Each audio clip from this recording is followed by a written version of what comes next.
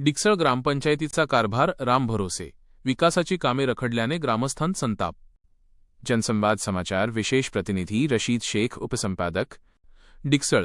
एकीकडे सरकार गाव समृद्ध तर देश समृद्ध अशा घोषणा देत असताना डिकसळ ग्रामपंचायतीमध्ये मात्र याच्या उलट परिस्थिती पाहायला मिळत आहे।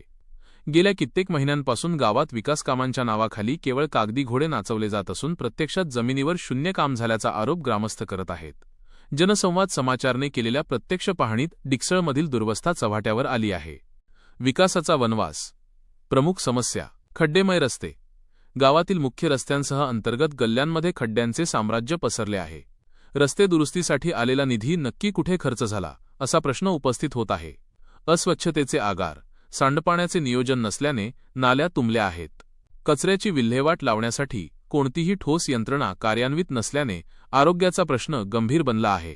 पिण्याच्या पाण्याचा प्रश्न, जलजीवन मिशनच्या गप्पा मारल्या जात असल्या तरी आजही डिकसळमधील अनेक महिलांना पाण्यासाठी वणवण करावी लागत आहे। बंद पथदिवे, रात्रीच्या वेळी गावात अंधाराचे साम्राज्य असते, ज्यामुळे चोरीच्या घटना आणि अपघातांची भीती वाढली आहे। लोकप्रतिनिधींचे दुर्लक्ष, निवडणुकीच्या वेळी मोठमोठी आश्वासने देणारे लोकप्रतिनिधी आता गावाकडे फिरकेनासे झाले आहेत। ग्रामपंचायतीच्या मासिक सभांमध्ये केवळ ठराव मंजूर केले जातात, मात्र त्यांची अंमलबजावणी होताना दिसत नाही। प्रशासकीय अनास्था आणि नियोजनाचा अभाव यामुळे डिकसळचा विकास खुंटला असल्याची चर्चा सध्या तालुक्यात रंगली आहे।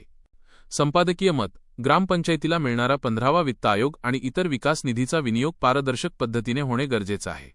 डिकसळमधील जनतेला मूलभूत सुविधांपासून वंचित ठेवणे हा त्यांच्यावर मोठा अन्याय आहे।